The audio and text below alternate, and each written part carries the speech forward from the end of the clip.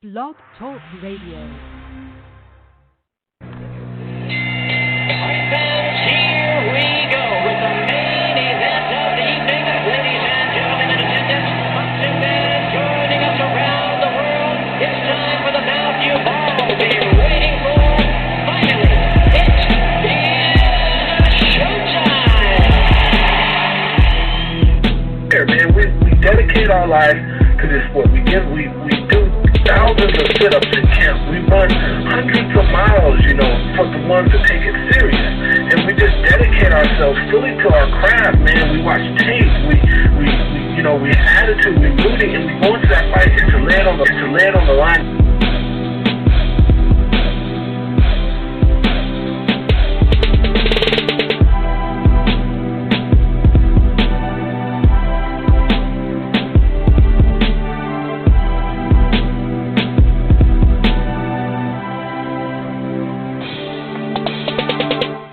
NBA basketball fans, the NBA Offseason Banter podcast returns. We are back to talk the NBA draft. It was last night, of course.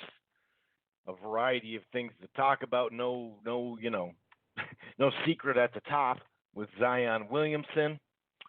If you look in the top 10, top 15, there may have been a couple of people that went a little bit earlier than we thought, a little bit later. There was a few drops, but we're just going to basically break down, especially the first round, and even into the second round too. Sometimes you do find some quality players, more than likely to be a role player at that point, but we know they've found plenty of gems, no doubt about it. Plus a trade. Memphis, got rid of Gasol during the season. We know he joined Toronto. And now they got rid of Mike Conley in that large contract with 2 years? I think it was 2 years left on it.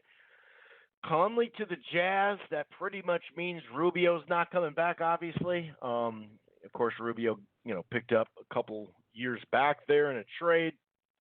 Kind of interesting. It definitely adds to Utah. I think Conley's a better player than Rubio, but there is a dynamic there that'll be interesting between the top two guys now needing the ball. Rubio was a pass-first type of guy. He improved scoring minorly, improved his shooting minorly. Obviously, Conley, a completely different player. But, yeah, it's interesting. I mean, I felt like they kind of needed to, to do something. Shake things up a bit, and, they definitely did. And now they only have that contract for 2 years, so it's not like it's a 4 or 5 year, responsibility with that on the cap. So, yeah, we're definitely going to break down a variety of these picks. My Minnesota Timberwolves traded up to get Jarrett Culver. I was happy, but also you're going to have some in between. Should have been Cody White. I've already seen some of that. So, yeah, we'll definitely break all this down here. If this is your first time listening to the NBA Offseason Banter podcast, it is streams live right here on blogtalkradio.com/Rope-A-Dope Radio. It can be found under the Rope-A-Dope Radio podcast pretty much anywhere. iTunes, Player FM, Spreaker, Stitcher, Spotify, all over the place, including the Grueling Truth. We're part of the Grueling Truth Sports Podcast Network, which can be found on iTunes and Spreaker and, everywhere. You can also use Siri and Alexa through TuneIn and through Spotify to find the show. And iHeartRadio as well for Grueling Truth Sports Podcast Network. Whole lot of stuff. Basketball, football, boxing, baseball. Just a ton of stuff. And while you're at it, you might as well head on over to the gruelingtruth.net. That's the gruelingtruth.net. And by the way, you can listen to the show right there. But yeah, there's all sorts of content there, whether it's, old school talk of players and where they rank or, stuff that is topical and having to do with right as we speak. So yeah, we're going to break this all down. Just trying to see if my co-host is having some problems calling in. I haven't seen Marshall pop on just yet. Maybe I'll reset the switchboard and see what's going on here. You should be popping on here any moment. So yeah, let's well, real quick before we do that, might as well get the ad out of the way. DirecTV now, if you're thinking about cutting the cord or you have cut the cord, you want some cable, you should try DirecTV now. The packages start as low as $50 a month. No, annual contract, 7-day free trial, all that good stuff. It's HBO included. You should definitely check out DirecTV now. You can stream it everywhere. And it's a pretty damn good deal. All right, I see my co-host popped on. I'm going to go ahead and bring him into the fold. What's going on, Marshall? How you doing, man?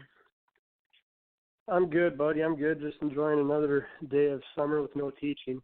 Sadly, we got to go back to school in like 2 months, which is summer goes quick, man. But about the draft last night, I kind of wanted one of my Tar Heels to play for your boys, the Timberwolves, and I really thought that was going to happen, man. It was a close possibility. I thought your Wolves were going to take my boy Kobe White.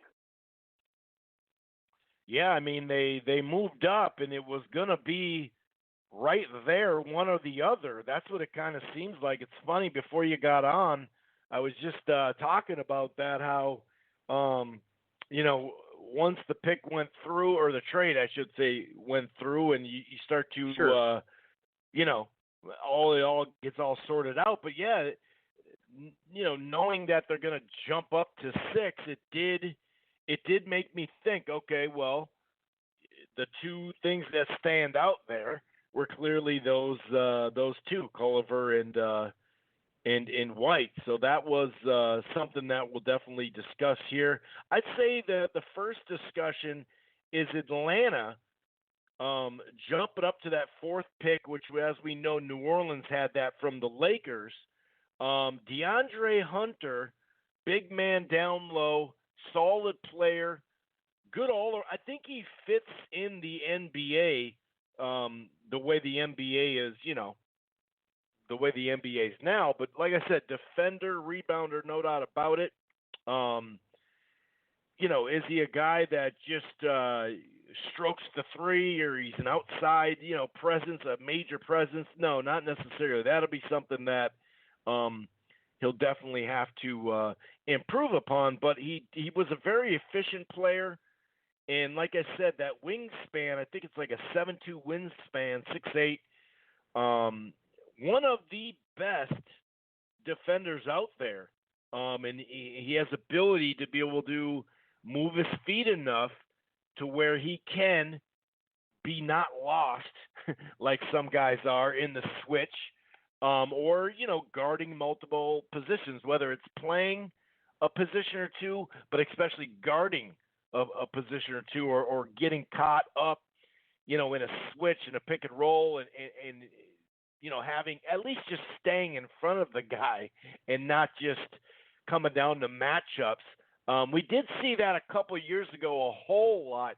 You still see it, in a lot of teams now. That was kind of the first move that I guess you could say was, all right, well, something happened there. What was New Orleans going to do with that pick? Were they going to keep it? Were they going to, get another young player in there? What you think about jumping up for Atlanta? And Atlanta now has, something to build upon, not just with this Hunter guy, obviously, but actually we mentioned it last show too. What you think of them jumping up and getting Hunter? And obviously, you've seen Hunter a fair amount, being a North Carolina fan and watching ACC basketball. Yeah, I guess I was a little surprised that he was a number 4 pick. Albeit I'm not a draft guy by any means. I mean, I love watching college basketball like you, and I love watching pro ball too. And I know I don't quite get the, correlation, because there's been guys I've loved for Iowa State and Carolina with all of my heart, but they have never really translated to NBA players. There's so many, I guess, sometimes it's just God-given talent the scouts see. Sometimes it's, they come from good university, so I don't really know how to always read that. But, I mean, I guess I didn't think he was a 4th overall pick, but again, there must be things the scouts see, from that spectrum, Chris, that I don't quite necessarily visualize. Because during, for Virginia, he wasn't like one of their stars. So I guess at least, noticeable or talked about as much like Kyle Guy or Prentice or whatever. But I mean, obviously they see something in him. Now you got a big to go along with Trae Young, who's kind of the franchise. So like you said, you're building pieces. Obviously, at this time in the East, they're not really by any means a top 5 to 6 team, but in a couple of years, I guess they keep getting these high picks, they could turn into something.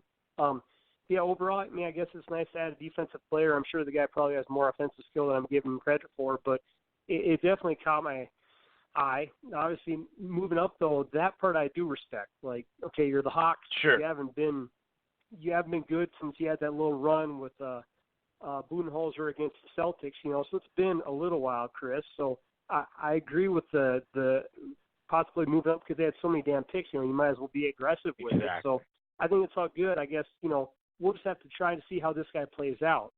Because the first 3 picks of Zion, Ja, and RJ, it's like those guys are pretty much going to be gamers. Like those guys could average 15 points a game next year or be up for Rookie of the Year. I guess I'll maybe have to watch a little bit of Hawks and see how Hunter does and fits in with the Hawks, maybe what their scheme is to use him, my friend. Well, you're going to have to catch me up on that because I'm not watching a bunch of Hawks games. No. Well, dude, being a man that gambles, if you put a bet down, you got to watch the game. So there's a possibility. That is true. That's the over of the Hawks, I suppose. That is very true, though. That is very true. And I agree with you with the top 3, Williamson, Morant, and Barrett. It seems like, even Barrett, I think, having the ball in his hands a little bit more than he was able to do, and not just in his hands, but like having plays ran for him even more. Off the ball, we talked about this during the season. It's hard to be off the ball if you've never been off the ball. You know what I mean? Like if you're always the guy, and then you're not the guy because the guy scored his ass off. I mean, him and Zion both scored. For freshmen in the ACC, I think they were 1 and 2, if I'm not mistaken, in the history of the ACC. I think as scorers for freshmen anyway. Per game, not overall. But RJ scored the most points in the ACC overall conference last year. So you're right there. The man gets buckets. Yeah. So I mean, I there were some times where you thought, like where you at, RJ? But and this is going to be a little bit different. I've heard people talk about Tracy McGrady. I can understand with some of the build there. I'm not really going to go all the way there just yet on him. That's tough, man. McGrady was before the injuries. McGrady was just a handful in so many different ways, but you're right. Those 3, it does seem like – go ahead. Sorry. When you said that, it triggered me. Okay, the one thing I think they need to get rid of, or I know they won't, but and Chris, I'm sure you laugh about this sometimes too, is when they draft a person, this guy is going to be the next so-and-so, so-and-so. And I get they do it, but, man, like ESPN a couple of days ago, it's like, well, Zion has the full court vision of LeBron and is going to pull up like Lillard. And last night, some guy they drafted in the round was like, he's going to be a Kawhi Leonard. It's like, I kind of get they do that, but it's kind of silly. It's some college kid who just got drafted. I think he's like a mid-round pick, and Chauncey Billups like, oh, that's going to be Kawhi. It's like, what? No. Kawhi is one of the best 5 players in the world, for the past however many years. Like, I think it's kind of a silly thing. I get that they have to do it, but, it just seems kind of dumb to me, brother. Let's let these guys play some ball before every player in the first round is comparable to a current NBA superstar. Yeah, and I think it's really just like it kind of started out just in the mock drafts, a comparison, some sort of comparison. Sure. And a lot of has to do with, the style of game or whatever. But to me, a lot of it has to do with their body type, and just kind of what they look like on the court. And the size and the length and all that. And, yeah, I agree. I mean, I guess I don't know. They do it in the NFL as well, especially when you're looking through the draft, not like the magazines and all that and the websites where they really do that at linebacker. He reminds me of this or that, but you're right. As far as any kind of head-up comparison, it's a lot, especially in the NBA, dude, because you're talking about an individual player that out of the like you said, one of the top 5 players for a long time. It's I don't know. It is kind of funky like that, but I can understand like the way he looks on a court. I do get what they're saying there. He's a big, long dude. Sure. He can dribble well. He can score his ass off. He can shoot. So I get that, but I know what you're saying. Sometimes it's just a little over the top when it comes to that. So right below it, before we get into my T-Wolves, Darius Garland from Vanderbilt.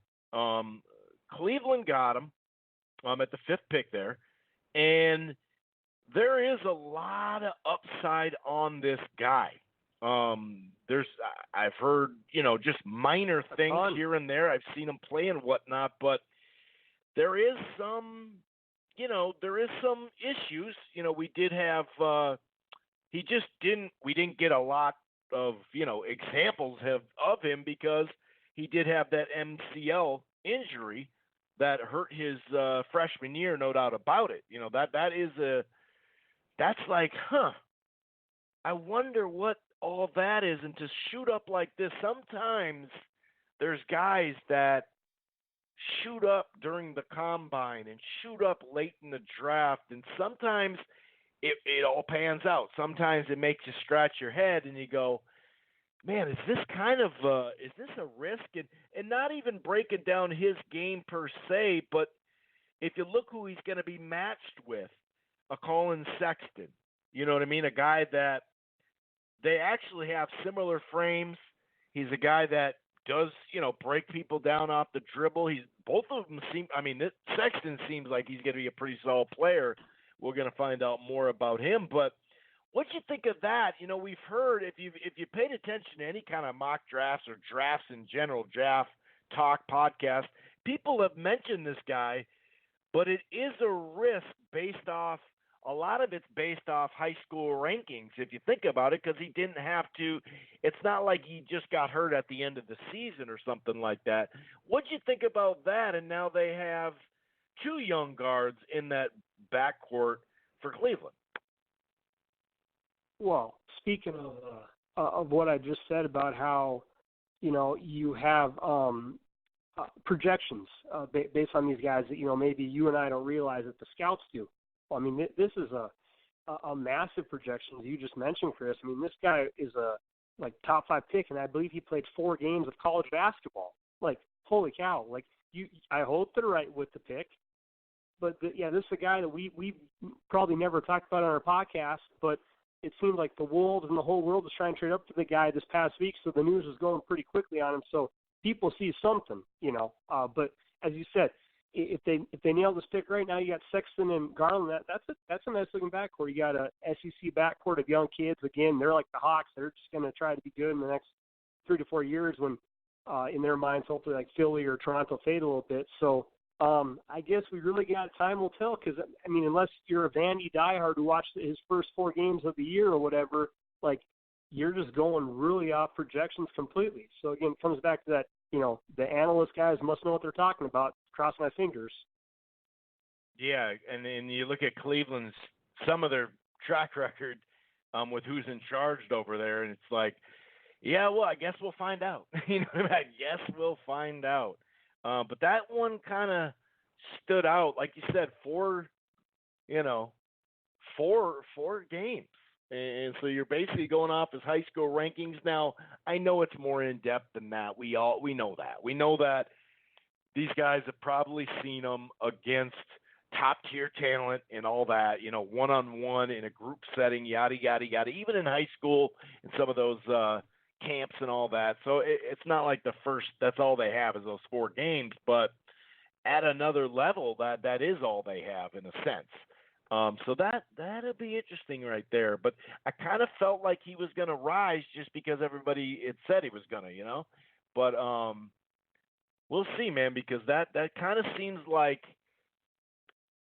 you're going to swing for the fence, you know, and if it hits, man, it's going to be great. But I don't know, and there was some talk about the Timberwolves since they moved up there. Would they try to swing, the bat and go for the fences, or would they just get a guy who was already kind of expected to go right around here, or at least, yeah, I mean, he got sixth. I saw him in top 5 pretty much the whole time. Jarrett Culver. Now, his stock just kept improving. Obviously, Texas Tech had that great, phenomenal run. Thank God the Big 12, we went over this on our college ball show for years. Kansas finally didn't win the damn, conference champion, or not the conference championship, but the league, regular season conference championship. So that was nice. That was nice to see that. They made a nice little run, yada, yada, yada. This guy really does seem, Culver, who they actually drafted, he seems like he's pretty damn sound defensively. If you look at 2 games in particular, his shot was really, really off in that run. So it's weird.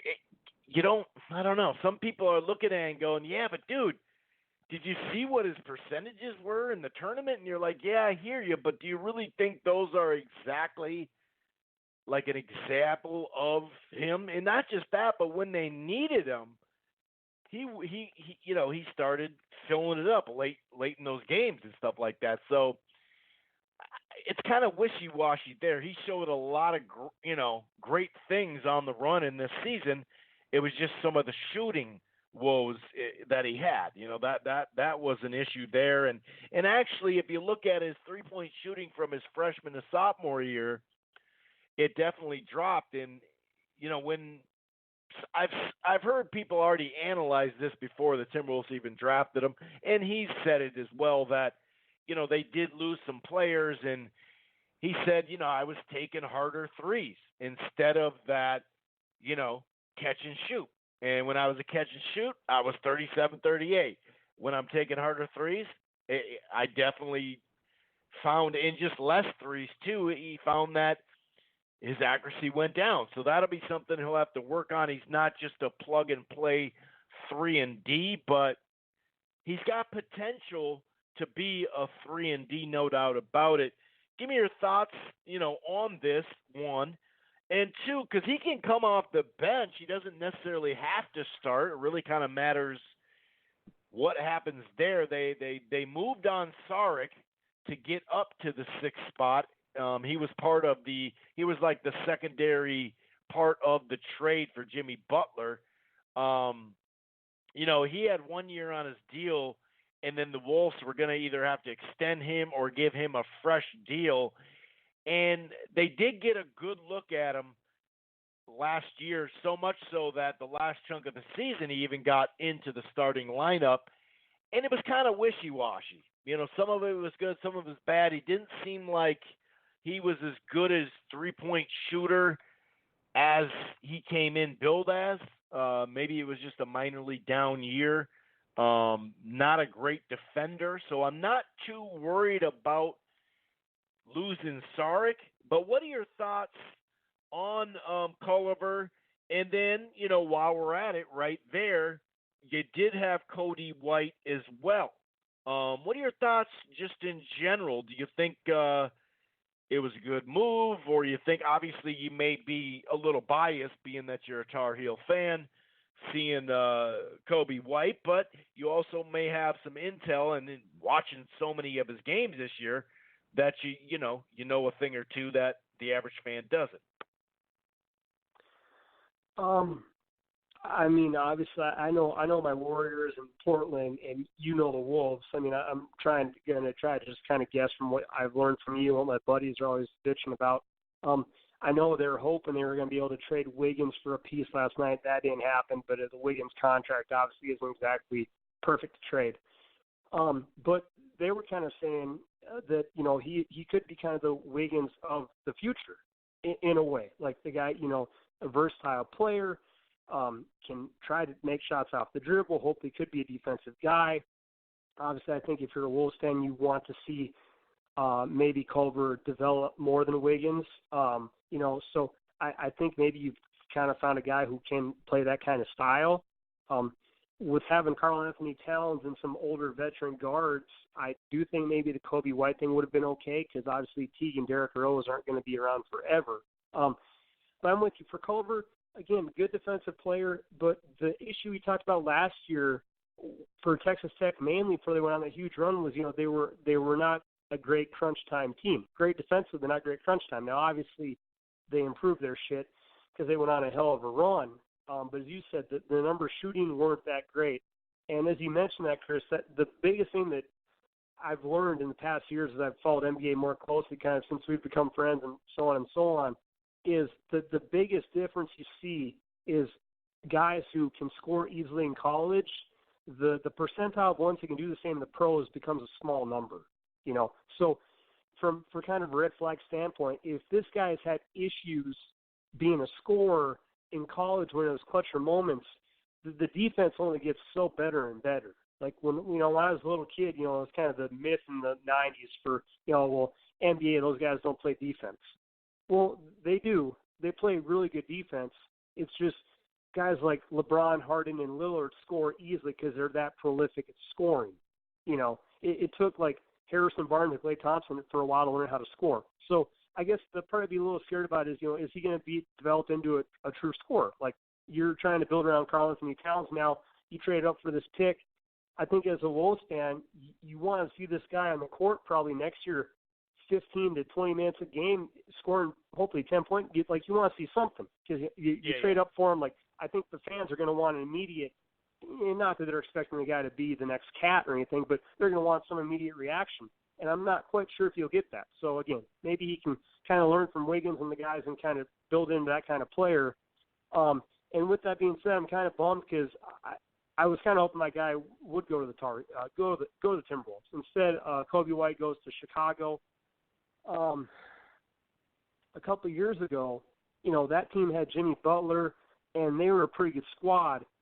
And the Fred Hoiberg thing never panned out really at all. And it's kind of been drama ever since there. So I kind of feel bad for my guy going there because the Bulls have kind of been a mess. They seem to maybe win 25, 28 games a year. So obviously he's going into kind of a rebuilding situation.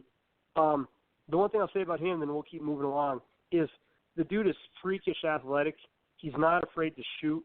I think at times he did shoot a little too much at Carolina, but he has talent. I think he's maybe got a little more of a scoring potential than Culver. Obviously not great as gifted defensively. But the only thing that scared me a little bit was in the Duke games, he really was kind of a non-factor. But I get as a freshman, it's your first game against Duke, second game against Duke. He didn't do that well. So I was hoping he would have stayed his second year, just kind of get that clutch kind of DNA, Chris, because it's, some guys have it, some guys don't. But in clutch games, at least against their big rival, he kind of played out of control and wasn't himself. So I'd hope he would have refined his skills. Obviously, the people probably tell him, dude, you got skills, come and play. It would have been nice to see him play another year to develop more a gamer. But, it is what it is. The guy's getting his paycheck. Good for him. But going to Chicago, that's kind of a tough spot to keep building on how to become a better scorer in the clutch. Yeah, and I'm not sure they're going to trade Zach LaVine anytime soon either. You know what I mean? So he likes to have the ball in his hand. That's an understatement. That's for sure. So whether he's dunking it or holding it or passing it, he can shoot too. But yeah, it'll be interesting to see.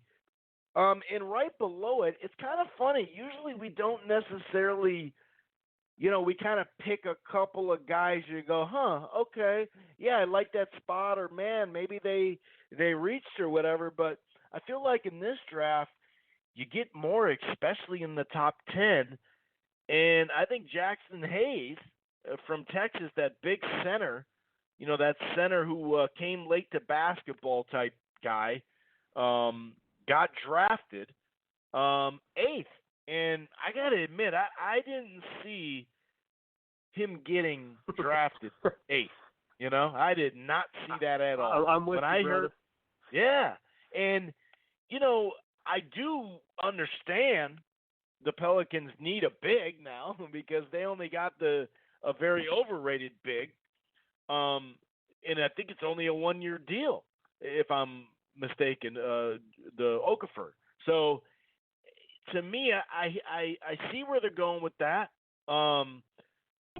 This is kind of swinging for the fences again, and you got a guy right below him from Gonzaga. I mean, either of the Gonzaga guys may turn out better. Clark and Hashimura or whatever his name is. Hashimura. Yeah. And that's right below him. That's right below him. So obviously he was there, right, Marshall? What'd you think of this? Because this one threw me off. I get the potential, but the guy just learned the game, so we don't know his potential. But then again, I don't know. It kind of seemed like a stretch to me, man. I mean, everybody else too, but that one kind of got me. Yeah. I'm not a draft guy, but this name, I was like, did I miss something? Like, is this a guy that we talked about in the show this year that I forgot about? Was I drunk? What had happened? Because I just, nothing came to me. I know that Shaka had Bamba or Mamba or whatever the hell the center was, and and he's had, you got it. Shaka's had some good. Yeah, but this guy, I didn't know. And when I was going through mock drafts, just kind of doing it for fun, I didn't see people listing him. I forget the name of the ESPN guy. They have a new kind of ESPN dude, and I was checking his stuff on Twitter, and I didn't see this name mentioned. So, this is definitely off the wall. Again, going on projection now. Maybe this guy had great numbers, but I don't even really recall him that much being like a stud in the Big 12 that we heard about this year. And we follow that conference pretty closely. So you're for sure going out on a limb here. Again, just going based off analysis. I guess as I was thinking about college football, in that retrospect, it's a less of a gamble because you've seen the guy play for 3 years. With these high school kids, especially with Conley, these guys, I mean, you really are hoping your scouts and your department did the right job, or else, you're wasting the top 10 picks. So you have all these guys, it's like, okay, Garland played 4 games at Vandy. This kid, no one really knew about. You really are going out on a limb compared to a Gonzaga guy who you've seen play, a couple of years now in big stages and has come from a developmentally good team. So I'm with you. I was a little surprised by the pick. Obviously he's going to be kind of in the shadows of Zion and all that, along with Ingram and, but yeah, I'm with you. I can't even pretend to talk about the guy because I really don't recall even mentioning him last year in the pod. Obviously, people see something in him, but again, you're hoping your projections pay off. And now, is he hopefully going to be better than Okafor? God, you hope so. I mean, Okafor doesn't play defense. I'm surprised they renewed his damn contract. They must have. He must have pictures of someone we don't know about to keep on that payroll, Chris. But yeah, I don't know. But the Gonzaga guys, though, again, kind of, it's a little more of that, well, they're coming from a good program idea.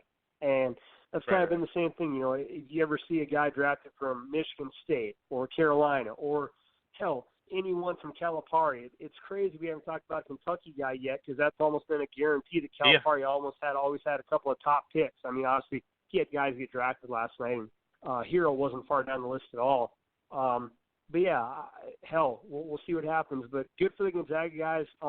That hurt Hachimura is obviously should be a damn good player. And I know Clark, people were projecting he could be like a top 12 or 13 pick, and he went a little bit above that. So hopefully he develops into a good player as well. And just so there was a number on there, 612541. They called the last show. I was literally about to go to you, and then they just popped on right now, and I was just about to say, hey, we're going to get to you in a moment, and they just drop. Like they get on, press 1, and then they hang up. So, I see you on the switchboard. Go ahead and call right back, man. I was literally about to say, all right, let's go to blah, blah, blah, blah, blah, blah. But you hung up, and I'm pretty sure it was the same. We did a show, Sunday or Saturday, and it was the same number, and I was just about to go to you. But just in the future, if anybody's on there, if we're in the middle of a conversation, I'm not necessarily going to cut them right off. I just let them finish my thought. Just like me, I'm going to finish my thought, and then I'm going to say it. So, if you want to call back, we'll put you basically right in, unless we're right in the middle of a sentence. But you'll be in there really quick. So, by the way, the number to dial is 646-381-4990. But yeah, it was a 612 number, so it was a local number, Minnesota-Minneapolis number, or not Minneapolis, but Minnesota. So if you want to call back in, feel free, man. We weren't ignoring you or anything like that, but you hadn't been on long. So I was just about to get to you, just so you know. And yeah, you talked about Cam Reddish went in about the area that I thought he would. Good pickup by Atlanta, Sure. though. He is a guy that definitely played third wheel, and definitely, well, he did have a little bit of an injury that slowed him down. He's a guy potentially I really like Cam Reddish in that spot. Cameron Johnson, P.J. Washington, and then there you go with the Tyler Harrow getting drafted as well to Miami. And the guy from what is that guy's name from Guinea? Here, hold on. Let me look at the list real quick. Detroit got him. He was the guy that was maybe going to go in the top 10. He ended up 15. Sequoia. He's a guy that a lot of people are eyeballing because of kind of like what he looks like on the court, the 6'9", the super long, lanky, versatile type of guy that is going to be able to potentially defend a handful of positions.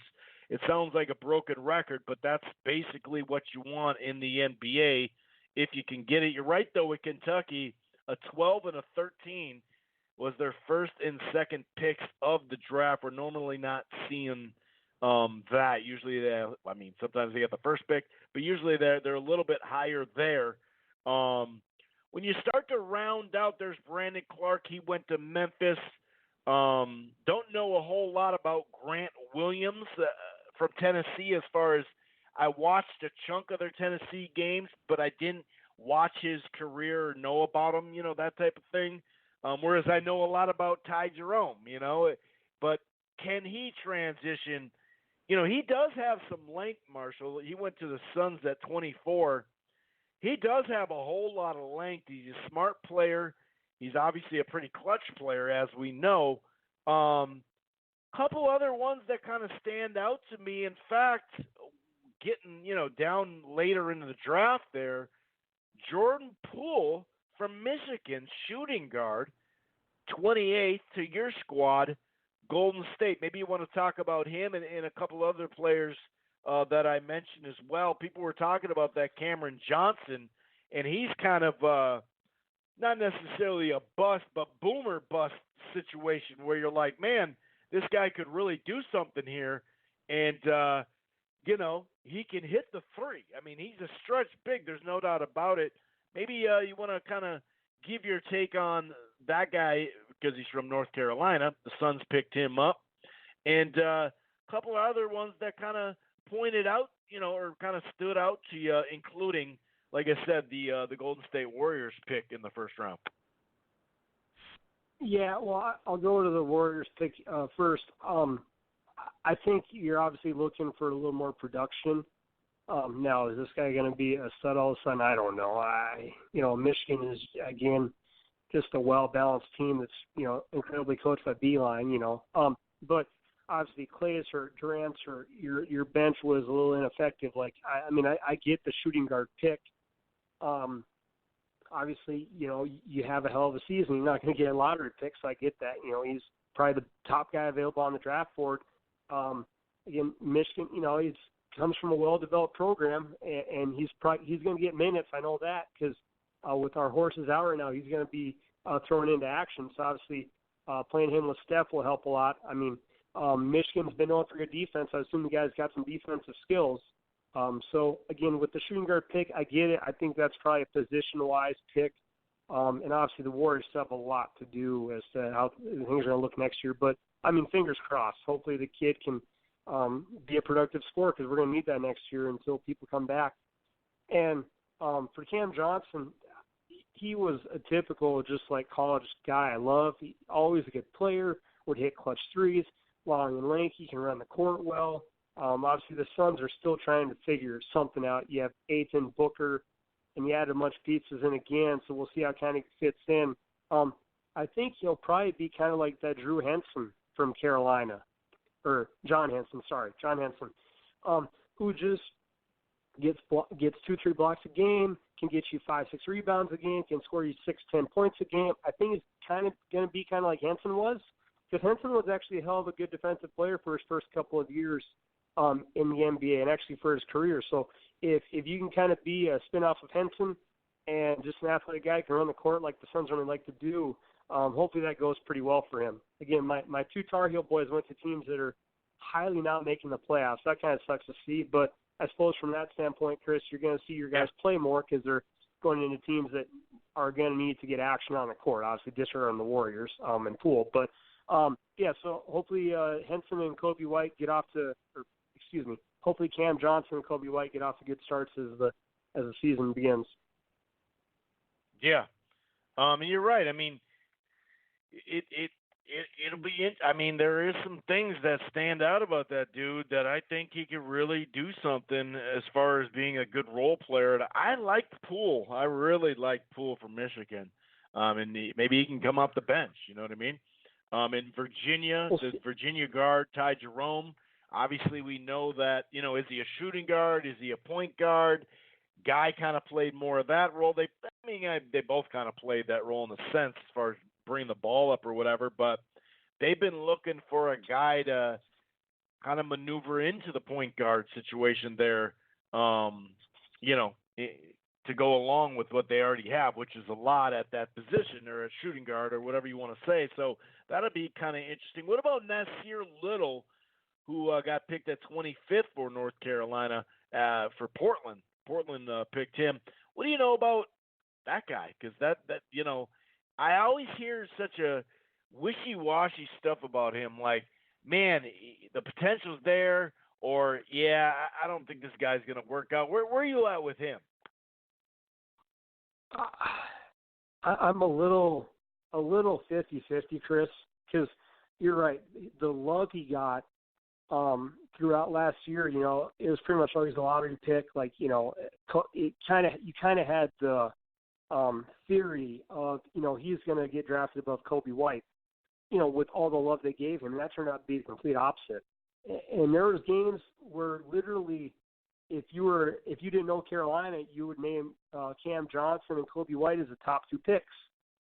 But there'd be some games where, Little would beat someone off the dribble, slam a dunk down, and the whole place would go nuts. So, sure. It's legit kind of like, okay, the kid's got talent, but he needs to really show it. Because there weren't many games last year where he, took over. Now, did he have good stats? Absolutely. But, again, being a Carolina guy, I would say Cam Johnson and Kobe White and Luke May were our go-to people last year. And Nasir Little's name isn't mentioned there. So he could turn out to be one of those college guys that's actually truly meant for the NBA. Now, from his standpoint, Chris, if he starts or will get a lot of minutes, you're playing with Lillard and McCollum. So you're walking into a damn good situation. Obviously, he's got good size on him. I don't know how great of a defender he is. He didn't jump out great defensively to me. But you're going to, in my opinion, one of the best coaches in the NBA. You're joining an incredible team that can score the ball pretty easily. So I think he's finding himself a good situation. And hopefully all the love he's got over the past year or two of draft boards will pay out, because I didn't quite see it in Carolina, but that doesn't mean he can't turn out to be a more well-to player in the NBA. Right, and that's the thing about college. Sometimes, as we say time and time again, there's only one ball, so sure. I don't know. It does, especially at those big programs. We saw that with Kentucky chunks of years too. In fact, their best team that they actually won the whole thing, maybe not their best team because those 2 years after that with Cat and all them, you look back and go, sure. yeah, that's their best team, but they didn't win the championship. So yes and no. It matters who you're going against and yada yada yada. But you had a guy in Anthony Davis who's right up there. He's been in MVP races, and he was the fifth leading scorer. And I remember people saying, I just don't know if he can develop into a scorer. I really don't know. He's a hell of a rebounder, hell of a defender, but it just seems like he's limited. And it's like, well, I thought, I think he turned out pretty good, if you ask me. So it seemed like, scoring wise, I think he could score. In fact, even way more than I thought he would. And the way he's filled out too, but that's neither there or here. I think we'll have plenty of time to talk about Anthony Davis this next year coming up. But we did see some people rise, a little higher than we thought that we mentioned. Some people drop, some, no doubt about it, that happens. But a couple of names that kind of stand out to me in the second round. Carson Edwards went to Boston. He could play a role for them. Bruno from Purdue, that point guard, really talk about clutch. You want a guy, that could fill it up and be clutch and lead a team. I'm not saying the NBA is going to lead a team, but, in college he sure did.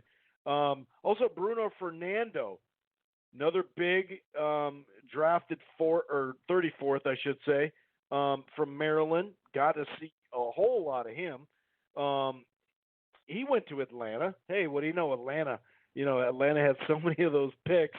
So there are some names that kind of stand out. I'd say the biggest drop is that center from Oregon. Denver ended up maneuvering to get him at the 44th pick. But that center, that 7'3", 208, which is just funny to think of, 7'3", 208. That's not big for those who, that's some skinniness right there. But that's probably the biggest drop out of them all, I'd have to say, because he was, halfway through the second round. Any guys that drop that you kind of scratch your head at, or maybe, late first round, halfway through the second, that may stand out and say, hey, he might be a nice little role player for him.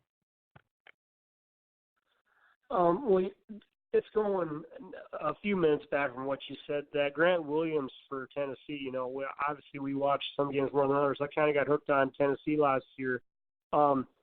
I think he's going to be a good NBA player, obviously, and then his buddy Admiral Schofield went to Washington. I think he'll fit in good there too.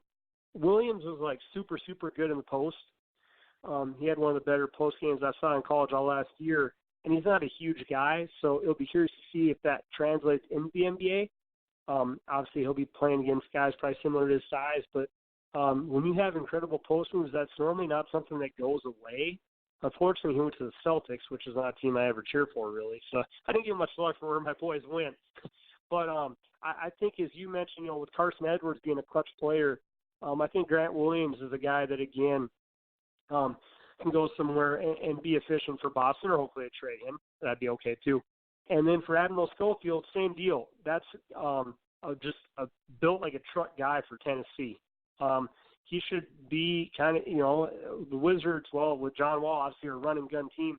I think he'll fit the mold pretty well there because that's pretty much what he did Tennessee. He's just a super ripped dude that's big and athletic, so I think the upside's pretty big for him. I was listening to some story a couple weeks ago, and for a while there, like when him and Grant Williams were at Tennessee, they were working out really hard under Barnes, and Schofield cut his body fat down to 4%.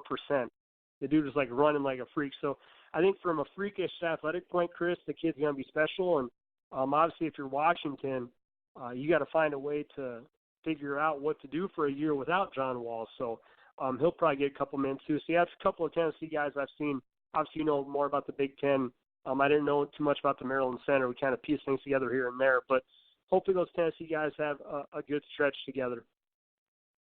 Yeah, definitely. And as far as I do know a little bit about Jalen Noel, or Nowell, or however you say his name, from Washington. The reason why I bring it up because it does have a local tie for me with the Timberwolves, and he might be just a guy that can come off the bench and shoot threes. He definitely It looks like he's going to be more of a development type thing, but it looks like he'll be able to shoot the three, that's for sure, and that's something that we can always improve upon, no doubt about it.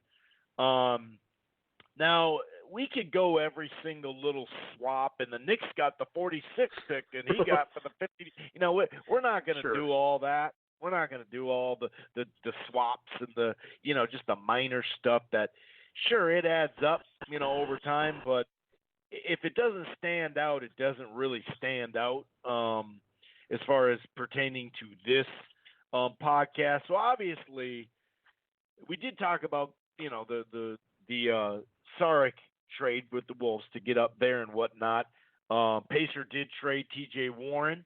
That was something that you could at least mention or whatever.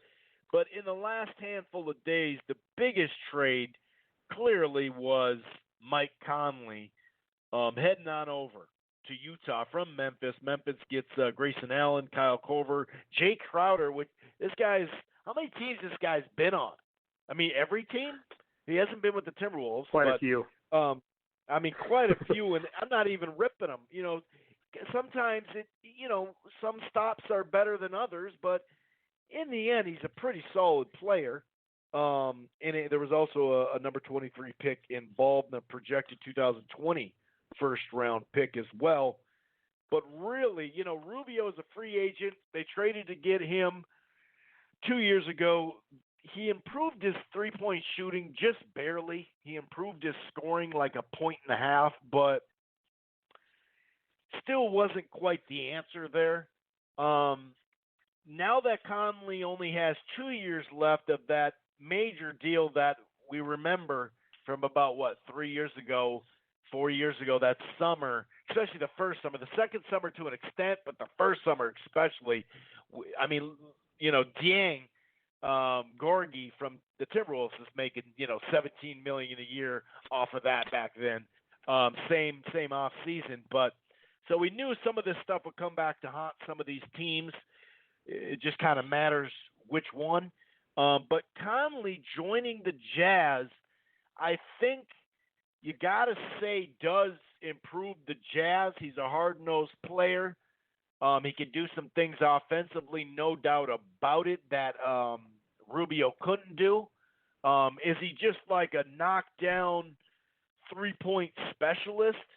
No, but he sure has a lot better shooting percentage, field goal, and three-point percentage career-wise in just the last regular season than Rubio ever did. And Rubio's assists went down too. That kind of threw me off a little bit. You only got 2 years. You did need to maneuver, I think, because last year they made such a nice run. Then it kind of quieted up real quick because they lost. They got booted out. Then they lost this year. And what do you think of this pick? I like that they did something. They didn't settle. They had money to spend. It didn't look like they were going to be able to spend it on someone up to this level that they'd actually, land. What do you think here? And also Memphis now getting rid of Gasol during the season to Toronto and getting rid of Conley. Clearly, along with, I guess you could say, Rudy Gay several years back, right? Those were the pieces. Those were the cornerstones. And they had a pretty nice run. Only made one conference final, but had a pretty nice run. They were, they dealt with some injuries here and there. What do you think about Conley going there, considering where they're at? And then also, we all know who the guy is as far as bringing the ball up, scoring, and all that there. How do you think that backcourt is going to work? Because like I said, Rubio is clearly a pass first. So maybe that blended really well. I'll give you an example with Wiggins. When Rubio played with the pass first Wiggins, it sure seemed to work better for Wiggins because that means he scored more, and he was also able to get the ball in better places. Conley and Mitchell together, I'm interested to see how they fit together, but I do like the trade because, hey, in 2 years you'll have a grip of money. Yeah, I like the deal. Well, I shouldn't say I like the deal because I don't, because I like Memphis. I think it was a good deal for Utah. As you mentioned, like the grit and grind Memphis, it was, Gasol, Conley, Tony Allen, and Randolph, and now that's all like gone. So that is kind of crazy. That sucks. I've always kind of rooted for that team. I listen to a guy that does a show from out there. So, I don't have a whole lot of positives to talk about on this show. All my Carolina guys went to bad places. Memphis is losing the guy. But in fairness, with Memphis, though, you had to do the deal, though, Chris. Right. You draft John Morant number 2, which obviously makes sense. That wasn't done as a slap in the face to Conley by any means. That's simply the second best guy on the board. Conley is a little bit older now. Conley's still a hell of a good player. But so the deal made sense. Now, obviously, as we talked about last show, you never seem to get a bunch of great stuff back. Obviously, Jay Crowder is a good piece. Korver and Grayson Allen are, But from a Memphis standpoint, you now got, John Morant and you got Jaren Jackson. So you have 2 young pieces to build off of. And obviously, Jaren Jackson did pretty good this past year. And, the few people are super high on John Morant. But those guys, it's kind of like Atlanta, or a bunch of or Chicago, or whatever team you want to name with 2 young kids. Okay, well, Jaren Jackson's now the face of the franchise, who's had the 4 guys I just mentioned for the past 10 years, and that's say you fall in love with that team. So, unfortunately, they're in the Western Conference. They don't get an easier road like Chicago and Atlanta young kids do. So I hope they do well. But obviously, I hope John Morant's the freak he appears to be, because you're filling in huge shoes for Conley, who's been there forever and done well. Now, obviously, he goes. He stays in the Western Conference, but goes to a team, and I think it's great for him because he's a good defensive player. I think they say he shoots threes like 37%, which a little bit, obviously a lot higher than Rubio. It's like 37% on like open shots or something. So he's now a threat. You can't do a pick and roll and stay 15 feet from like for Rubio. And the reason I say that is because now Donovan Mitchell isn't exactly the one and only guy that you need to rely on. We talked about them in the playoffs last few years on our NBA playoff show, Chris, and it was like, well, man, Donovan Mitchell against Harden, he put up a good fight, but he faltered away.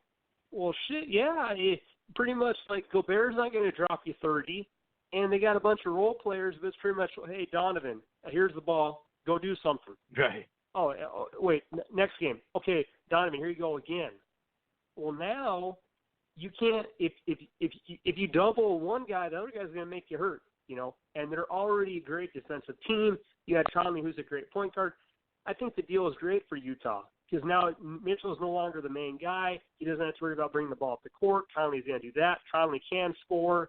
Conley goes to a better team, might energize him a little bit more. Again, Quinn Snyder's got the defense figured out there. Now you make your offense better. I think that's a nice piece for the Jazz. And as we mentioned last show, the LeBron's not missing the playoffs this year. So that's another spot now that is going away.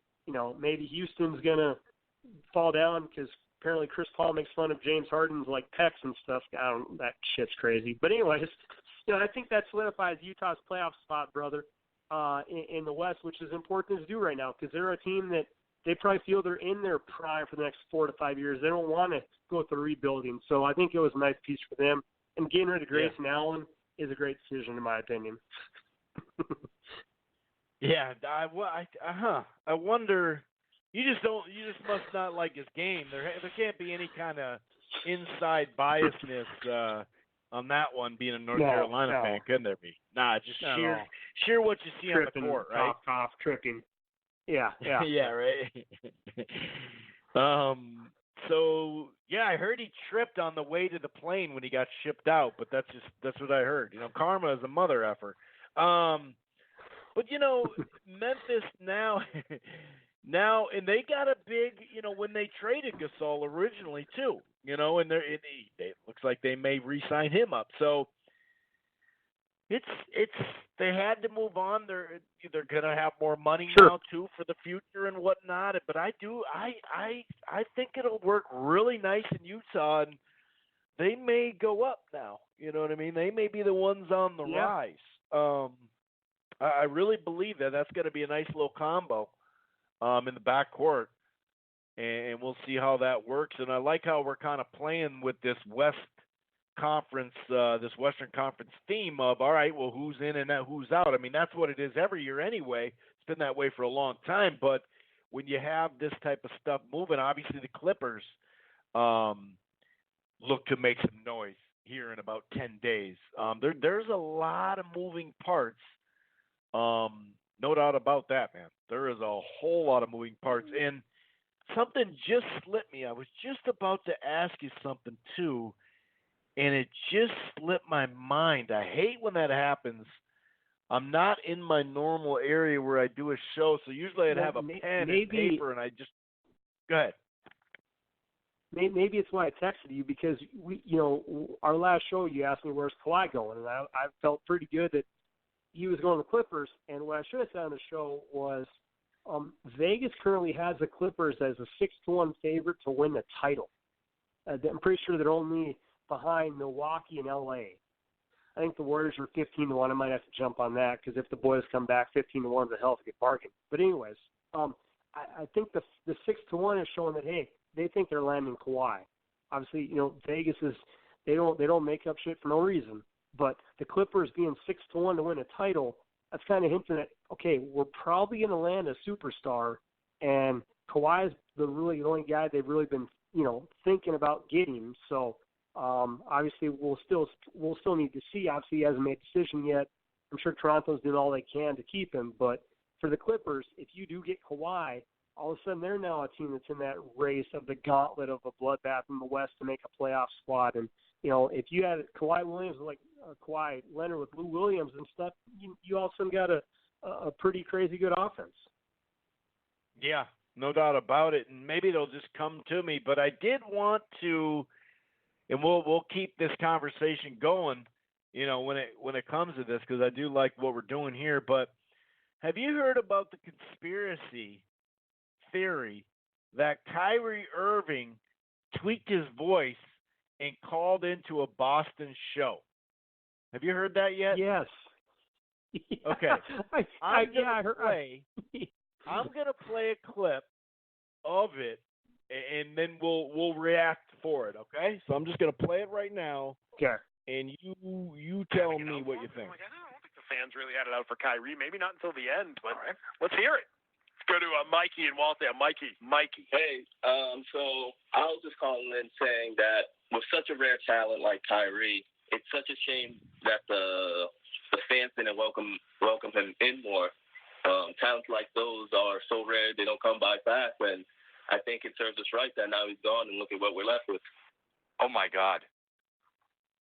Wow. No, that's him. That's him. It's the inflection. That is him.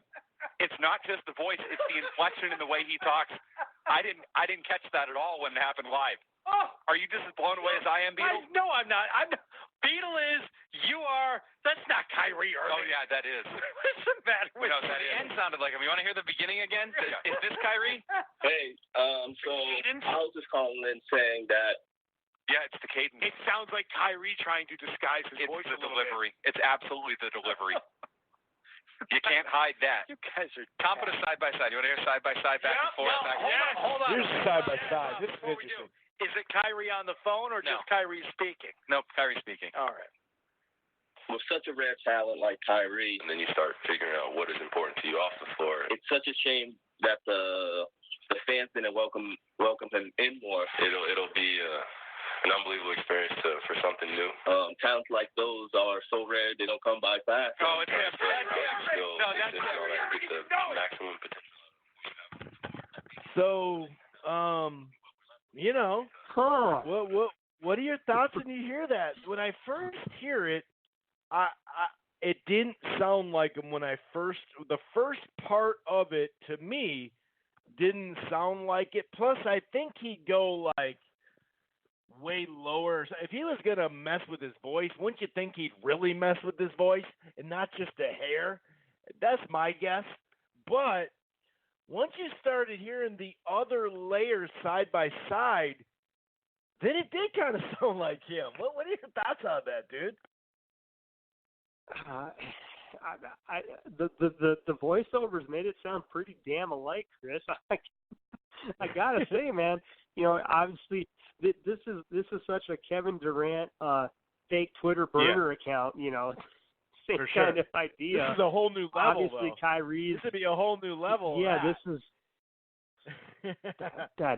Christ, fucking Dookies. Grayson Allen's in a tray. Kyrie's impersonating his voice. I would assume in the next week or so we'll know where he's going. He was so close to dotting the I's and the E's, because E's have dots on them. That's I'm going to Brooklyn, but right. now no T's Durant. and Y's and Z's. Now no Durant and. Obviously, Clay's probably not going to the Lakers. It doesn't appear to be at all. So, I mean, the door's open for him down there.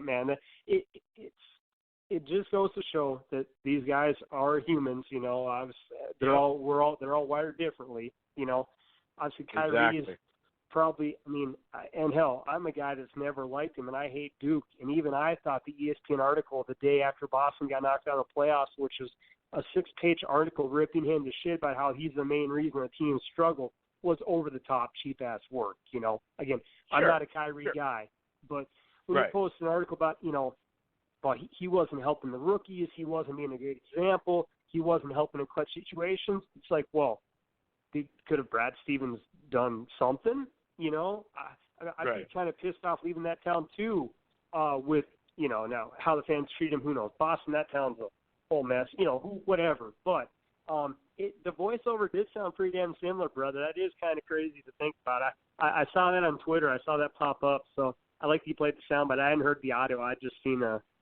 couple of Twitter comments and whatnot. Yeah, the first part doesn't. But when I thought about it again, it's like, well, maybe the first part doesn't because he was in on his voice. He had a good mimic of something else. But then as he kept talking, the normal him started coming out because he's not like some sort of major actor. Sure, he has some acting in his background, but that it was kind of interesting. And then real quick before we get out of here, I'll let you finish up too with any other last thoughts or whatever. But if you're LeBron now, clearly they're trying to actually do another trade or two to try to get $32.5 million over the cap. So they, theoretically could sign role players with their exemption and sign another guy. We talked about Butler, Kemba, and all that. Let's just say, watch Kyrie sign like a 3-year, $60 million. You're like, what the hell are you doing, dude? I don't even think you should do that.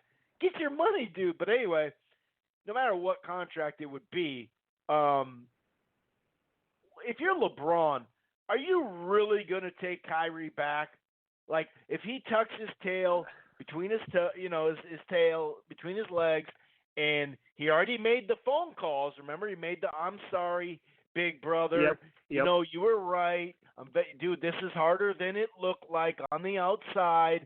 And LeBron has even said in interviews that it's just a matter of time until little brother gets to take over scoring, period. You know what I mean? So are you going to take him back? Is winning a big enough deal to you? Clearly, they blend well together, obviously, right? We've seen that on the court. Yes. Do you take him back, or do you say, I'll take Butler or Kemba instead, or 6 quality role players?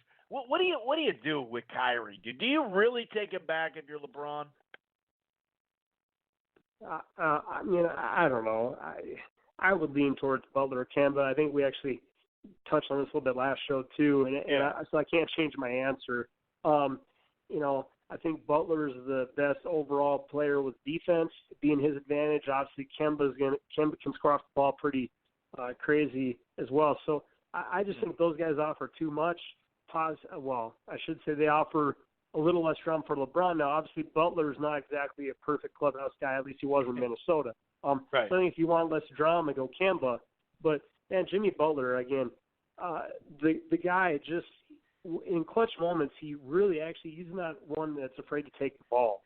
And obviously, with LeBron and AD, you don't necessarily need that. But I mean, there's game after game this year, or a couple of years, whether it's with the Wolves or Philly or Chicago.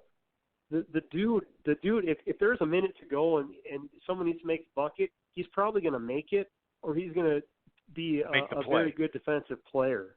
Right. So, I mean, LeBron's a freak defensively when he wants to be. If you had Butler to that team, I just think Butler would be the easiest situation. I would avoid the whole Kyrie dilemma. And obviously, if he doesn't go to LA, obviously the Nets deal hasn't gone away by any means at all. So I would go Butler. Who knows how much of a suck up Kyrie's done to LeBron? Because he left there because he wanted to be the alpha. He wanted to be the alpha of his own team. Exactly. And he realized he ain't an alpha, or it's a lot tougher said than done. Yeah. So exactly it. Yeah, I'm assuming, Chris, those dominoes are going to start falling. Maybe Kawhi is the first domino to fall. Maybe Kawhi. Obviously, hypothetically, let's say Kawhi stays in Toronto, which is a possibility. Then that opens up a whole different situation for the Clippers. Maybe the Clippers then become a Kyrie sweepstakes. I think we always kind of hear in the NBA, well, we need some guy to go somewhere first. So maybe Kawhi is the domino, and then from that point, people go on. Because obviously, if you're Toronto and you lose Kawhi, you just won a title. You're on cloud nine. You don't want to fall back to being a team without a superstar. I mean, Kyle Lowry's good, but he ain't Kawhi. So then they're kind of back in the mix. So we'll see. But I would assume in the next week or so, my friend, we'll have a splash come down, and I'll be back home in Minnesota again when we can go to the bar and have some discussions and do another show again. But I'm assuming, like you said, normally around the 4th of July or a little bit sooner this year, we'll see some more dominoes fall, and that'll be fun to see how that plays out. But everything we're leaning about is all about the West again. Anthony Davis is now a Laker. Conley is now up in the Jazz's possibility. The Clippers are trying to add some more. So from that standpoint, maybe guys like Cleveland and Kawhi say, dude, let me stay in the East. It's a lot easier path. Maybe you don't have the teammate talent to get out West, but you sure as hell don't have to grind 82 games out of the year to make the playoffs, Chris. Well, and because at one point in time, it was Kyrie and Butler to the Knicks. Remember that? Could you imagine Butler and Kyrie, though, dude? He would destroy Kyrie, dude. He would get into the flat earth and everything, dude. I mean, he would. Oh my God, dude, that would be really, really bad. That would be one bad. of the funniest, even though it's the Wolves getting ripped, the game of zones with this year with Jimmy Butler in the practice facility. Who wants to die today? That was hilarious, dude. But imagine Kyrie coming in with his head down, trying to avoid conflict, in the locker room. Good luck with that. He'd come out with a black eye, you know what I mean? That would be, oh my. And then Jimmy he'd be like, well, we just had we had a miscommunication about what the shape of the earth is. That's all it was.